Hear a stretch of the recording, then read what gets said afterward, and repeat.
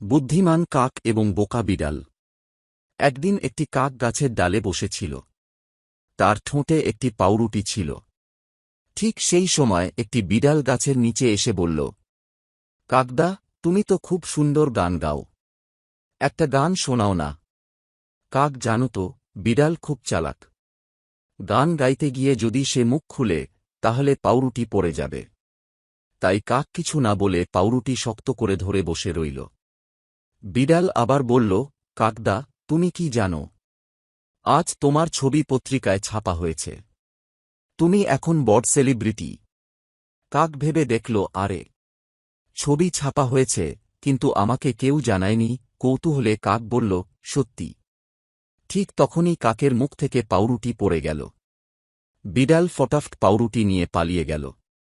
কাক রাগ করে বলল, হায় রে, এত বড় সেলিব্রিটি হয়েও বিড়ালের কাছে বোকা হলাম।